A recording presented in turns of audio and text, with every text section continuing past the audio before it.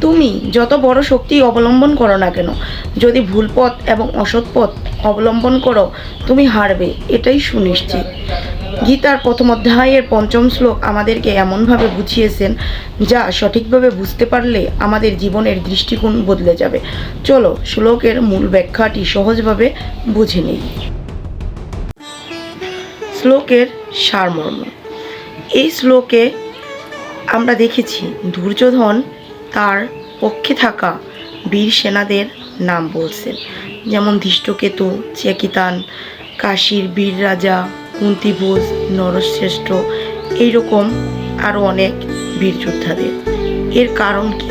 আমরা কি তা কখনো ভেবে দেখেছি বা বোঝার চেষ্টা করেছি? করিনি। কিন্তু চলুন নিজের বিবেককে জাগ্রত করে, চেতনাকে জাগ্রত করে একটু বোঝার চেষ্টা করি এর কারণ কি। এর কারণ হচ্ছে দুর্যোধন পাণ্ডব সেনাদের দেখে ভয় পেয়েছিলেন, আর নিজের ভয় ঢাকার জন্য বারবার নিজের পক্ষে থাকা বীর সেনাদের নাম বলছিলেন। কারণ সে দেখেছিলেন পাণ্ডবদের সৈন্যদলে উত্তম বীরেরা আছেন, যেমন ভীম, অর্জুন, নকুল, সহদেব, আরও অনেকে। তাদের দেখে সে ভয় পেয়েছিলেন। আমরা আমাদের জীবনেও ঠিক এমনটাই করে থাকি। যখন আমাদের অন্তরের আত্মবিশ্বাস কমে যায় তখনই মানুষ বাহিরের শক্তি দেখাতে ব্যস্ত হয়ে পড়ে।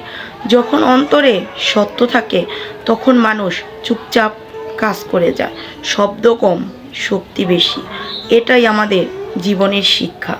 আর এই শ্লোকে বলা হয়েছে যত বড় শক্তিশালী সাপোর্ট থাকুক না কেন, যদি তুমি ভুল পথে থাকো তুমি হারবেই। দুর্যোধনের পক্ষে অসংখ্য যোদ্ধা ছিল, তারা বীর যোদ্ধা এবং অসংখ্য সৈন্য। আর অর্জুনদের পক্ষে ছিল শ্রীকৃষ্ণ এবং সত্য। ফলাফল স্বয়ং বিচার করুন।